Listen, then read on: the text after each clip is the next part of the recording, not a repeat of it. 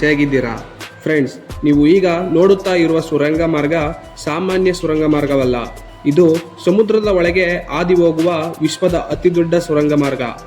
ಸಮುದ್ರದ ತೆಳಭಾಗದಲ್ಲಿ ಭೂಮಿಯಿಂದ 250 ಫೀಟ್ಗಳನ್ನು ಆಳವಿರುವ ಈ 50 ಕಿಲೋಮೀಟರ್ ಉದ್ದವನ್ನು ಇಂಜಿನಿಯರ್ಗಳು ಪ್ರಪಂಚದ 7ನೇ ಅದ್ಭುತ ಎಂದು ಕರೆಯುತ್ತಾರೆ.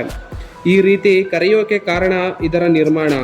13,000 ಜನ ಕಾರ್ಮಿಕರು ಒಂದೇ ಸಲ ಇಂತಹ ಕಷ್ಟಕರವಾದ ಜಾಗದಲ್ಲಿ ಕೆಲಸ ಮಾಡಬೇಕಾಗುತ್ತೆ. ಅಲ್ಲಿರುವ ಕಲ್ಲುಗಳನ್ನು ಕೊರೆಯುತ್ತಾ ಅವುಗಳನ್ನು ಹೊರಗಡೆ ಕಳಿಸುತ್ತಾ ಸುರಂಗ ಮಾರ್ಗವನ್ನು ಮಾಡುತ್ತಾ ಒಂದು ದಡದಿಂದ ಇನ್ನೊಂದು ದಡಕ್ಕೆ ಹೋಗುವುದು ಇದು ಇಂಜಿನಿಯರ್ಗಳ ಅದ್ಭುತ ಅಂತಾನೆ ಹೇಳ್ಬೋದು. ಒಂದು ಸಣ್ಣದಾಗಿ ಯಾಮಾರಿದರೂ ಸಹ ಅಲ್ಲಿರುವ ಮನುಷ್ಯರು, ಮಷಿನ್ಗಳು ಎಲ್ಲವೂ ಕೂಡ ಶಾಶ್ವತವಾಗಿ ಮುಚ್ಚಿ ಹೋಗುತ್ತದೆ. ಅದು ಕೇವಲ ಸೆಕೆಂಡ್ಗಳಲ್ಲಿ ಆಗುತ್ತದೆ. ಆದ್ದರಿಂದ ಎಷ್ಟೋ ಸಮಯವನ್ನು ತೆಗೆದುಕೊಂಡು ಬಹಳಷ್ಟು ಜಾಗ್ರತೆಯಿಂದ ವಹಿಸಿ ಅಟ್ಲಾಂಟಿಕ್ ಮಹಾಸಾಗರದ ಇಂಗ್ಲಿಷ್ ಚಾನೆಲ್ನ ಅಡಿಯಲ್ಲಿ ಈ ಸುರಂಗ ಮಾರ್ಗವನ್ನು ನಿರ್ಮಿಸಿದ್ದಾರೆ. ನೀರಿನ ಮೇಲೆ ಹಡಗುಗಳು ಹೋಗಬಹುದು ಅಥವಾ ವಿಮಾನಗಳು ಹೋಗಬಹುದು. ಆದರೆ ಇಷ್ಟೊಂದು ಕಷ್ಟಪಟ್ಟು ಸಮುದ್ರದ ಆಳದಲ್ಲಿ ಯಾಕೆ ಈ ಟನಲನ್ನು ನಿರ್ಮಿಸಿದ್ದಾರೆ ಎಂಬ ಪ್ರಶ್ನೆ ನಿಮ್ಮಲ್ಲಿ ಮೂಡಿರಬಹುದು. ಹಾಗಿದ್ರೆ ಈ ವಿಡಿಯೋವನ್ನು ಪೂರ್ತಿ ನೋಡಿ. ಸುಮಾರು 13 ವರ್ಷಗಳ ಹಿಂದೆ ಈಗಿನ ಇಂಗ್ಲೆಂಡ್ ಹಾಗೂ ಯುರೋಪ್ ದೇಶಗಳು ಬೇರೆಯಾಗುತ್ತೆ. ಹೀಗೆ ಬೇರೆಯಾದ ಆ ದೇಶಗಳ ಮಧ್ಯೆ ಸಮುದ್ರ ಉಂಟಾಗುತ್ತೆ. ಅದನ್ನೇ ಇಂಗ್ಲಿಷ್ ಚಾನಲ್ ಎಂದು ಕರೆಯುತ್ತೇವೆ. ಈ ಚಾನಲ್ ವಿಶಾಲವಾಗಿದ್ದರೂ ಕೂಡ ಎರಡೂ ದೇಶಗಳ ಮಧ್ಯೆ ಡಿಸ್ಟೆನ್ಸ್ ತುಂಬ ಚಿಕ್ಕದಾಗಿರುತ್ತೆ. ಆ ಎರಡೂ ದೇಶಗಳ ಪರಸ್ಪರ ದೂರ 33 ಕಿಲೋಮೀಟರ್ ಅಂತರವಿದೆ. ಇತಿಹಾಸದಲ್ಲಿ ಹಲವು ಬಾರಿ ಈ ದೂರವನ್ನು ನಿಭಾಯಿಸುವ ಕಾರ್ಯಗಳು ಕೂಡ ನಡೆದಿದೆ. ಆದರೆ ಅನೇಕ ಜೀವಗಳನ್ನು ಕಳೆದುಕೊಂಡ ನಂತರ ಈ ಪ್ರಯೋಗವನ್ನು ನಿಲ್ಲಿಸುತ್ತಾರೆ. ಏಕೆ ಅಂದರೆ ಆ ಸಮಯದಲ್ಲಿ ಟೆಕ್ನಾಲಜಿ ಅಷ್ಟೊಂದು ಇಂಪ್ರೂವ್ ಆಗಿರಲಿಲ್ಲ. ಆದರೆ 20ನೇ ಶತಮಾನದಲ್ಲಿ ಕೊನೆಯಲ್ಲಿ, ಅಂದರೆ ಟೆಕ್ನಾಲಜಿ ವೇಗವಾಗಿ ಡೆವಲಪ್ ಆಗುತ್ತಿರುವ ಸಮಯದಲ್ಲಿ ಮತ್ತೊಮ್ಮೆ ಸಂಪರ್ಕದ ಮೂಲಕ ಇಂಗ್ಲೆಂಡ್ ಹಾಗೂ ಫ್ರಾನ್ಸ್ ದೇಶಗಳನ್ನು ಒಂದು ಮಾಡಬೇಕೆಂದು ಪ್ರಯತ್ನಿಸುತ್ತಾರೆ. 1980ರ ದಶಕದಲ್ಲಿ ದೊಡ್ಡ ಯಂತ್ರಗಳನ್ನು ನಿರ್ಮಾಣ ಮಾಡಲು ಶುರು ಮಾಡುತ್ತಾರೆ. ಈ ಚಾನಲ್ನ ನಿರ್ಮಿಸೋಕ್ಕೂ ಮುಂಚೆ ಇಂಗ್ಲೆಂಡ್ ದೇಶವನ್ನು ಒಪ್ಪಿಸೋದೇ ಒಂದು ಸಾಹಸದ ಕೆಲಸವಾಗಿ ಹೋಗುತ್ತೆ. ಇಂಗ್ಲಿಷ್ ಚಾನಲ್ನಲ್ಲಿರುವ ನೀರು ಅತ್ಯಂತ ತಂಪಾಗಿರುತ್ತದೆ. ನೆಪೋಲಿಯನ್, ಹಿಟ್ಲರ್, ಇನ್ನು ಕೆಲವು ದೇಶಗಳು ಇಂಗ್ಲಿಷ್ ಚಾನಲ್ನ ಮೂಲಕ ಪ್ರಯಾಣಿಸಿ ಇಂಗ್ಲೆಂಡ್ ದೇಶವನ್ನು ವಶಪಡಿಸಿಕೊಳ್ಳಬೇಕೆಂದು ಬಹಳಷ್ಟು ಬಾರಿ ಪ್ರಯತ್ನಿಸಿದರೂ ಸಹ ಸಾಧ್ಯ ಆಗೋದಿಲ್ಲ.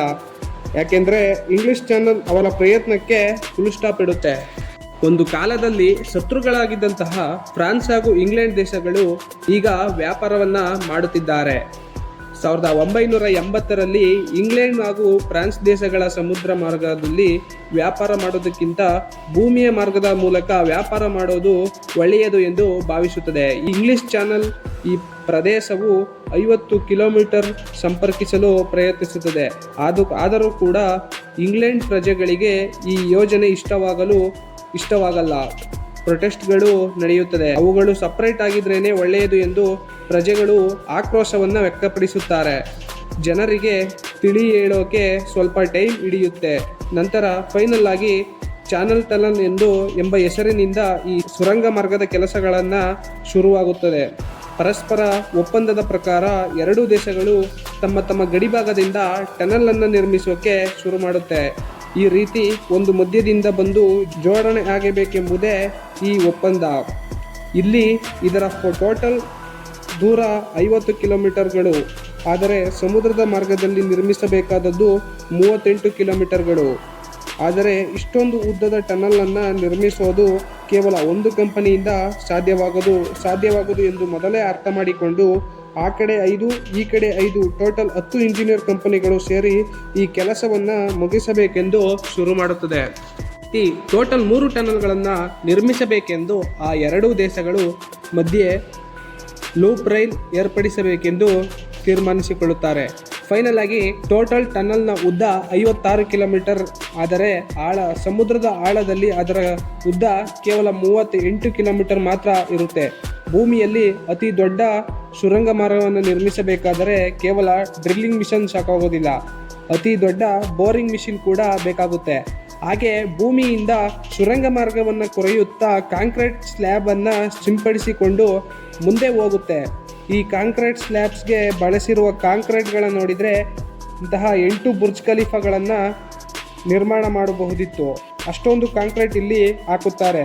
ಹೀಗೆ ನಿರ್ಮಿಸಿ ಈ ಎರಡು ಯಂತ್ರಗಳ ಮಧ್ಯೆ 100 ಮೀಟರ್ ಅಂತರ ಇರುವಾಗ ಮತ್ತೆ ಆ ಮಿಷಿನನ್ನು ಹಿಂದಕ್ಕೆ ತೆಗೆದುಕೊಂಡು ಹೋಗದ ಕಾರಣ ಒಂದು ಮಿಷಿನನ್ನು ಸರಿಸಬೇಕಾಗುತ್ತೆ. ಆ ಬೋರಿಂಗ್ ಮಿಷಿನನ್ನು ಕೆಳಗಿನ ದಿಕ್ಕಿಗೆ ಬದಲಾಯಿಸುತ್ತಾರೆ. ಫ್ರಾನ್ಸ್ ದೇಶದಿಂದ ಕೊರೆಯುತ್ತಿರುವ ಆ ಮಿಷಿನನ್ನು ಅದಕ್ಕೆ ತಂದು ಜೋಡಿಸುತ್ತಾರೆ. ನಂತರ ಆ ಮಿಷಿನ್ ಭಾಗವನ್ನು ಸಪರೇಟ್ ಮಾಡಿಕೊಂಡು ಹೊರತೆಗೆಯುತ್ತಾರೆ. ಹೀಗೆ ಪೂರ್ತಿಯಾಗಿ ಕಂಪ್ಲೀಟ್ ಆಗುತ್ತೆ.